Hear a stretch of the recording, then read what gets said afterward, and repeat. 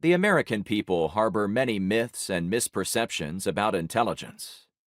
They also celebrate the folklore surrounding the founders, who charted the unsteady course of American intelligence history. Gouverneur Morris, who wrote the preamble to the Constitution, claimed that he and the other delegates to the Constitutional Convention were plain, honest men. They were doctors, lawyers, planters, merchants, and businessmen. But there were also a few spy masters among them.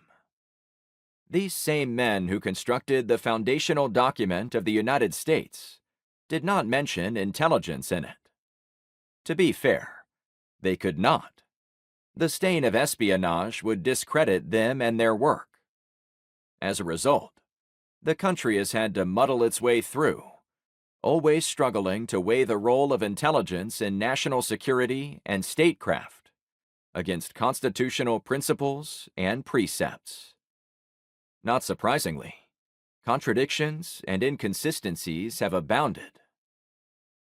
Some of the most revered figures in U.S. history have used, and in not a few cases abused, intelligence.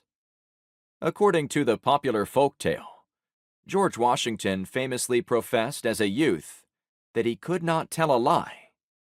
Yet the historical Washington disclosed to Noah Webster that he relied on deception to help win the Revolutionary War. In explaining how he planned the decisive Yorktown campaign of 1781, he recounted that much trouble was taken and finesse used to misguide and bewilder the British by fictitious communications. Not limiting his ruses to the enemy, he even acknowledged, "Nor were less pains taken to deceive our own army." As president, Washington sent Gouverneur Morris, hardly one of the plain, honest men he professed to be, on an intelligence-gathering mission of sorts to Great Britain. In his instructions to Morris, Washington expressed his desire to learn the sentiments and intentions of the court of London, and explained that it appeared to him most expedient to have these inquiries made informally by a private agent, rather than appoint an official diplomat, which would require the advice and consent of the Senate under the newly ratified Constitution. Washington decided to send Morris in the ambiguous role of a diplomat spy to obtain the information in question.